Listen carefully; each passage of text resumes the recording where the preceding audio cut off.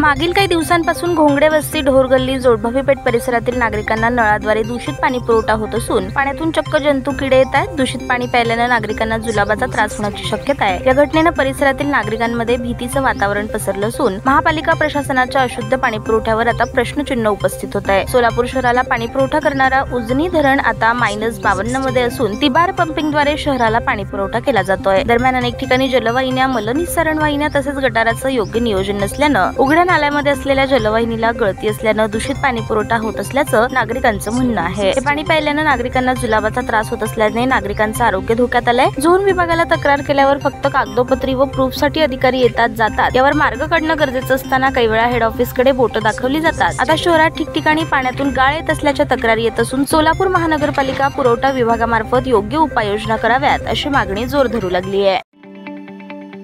ताज्या बातम्या पाहण्यासाठी प्राईम महाराष्ट्र न्यूज चॅनलला सबस्क्राईब करा।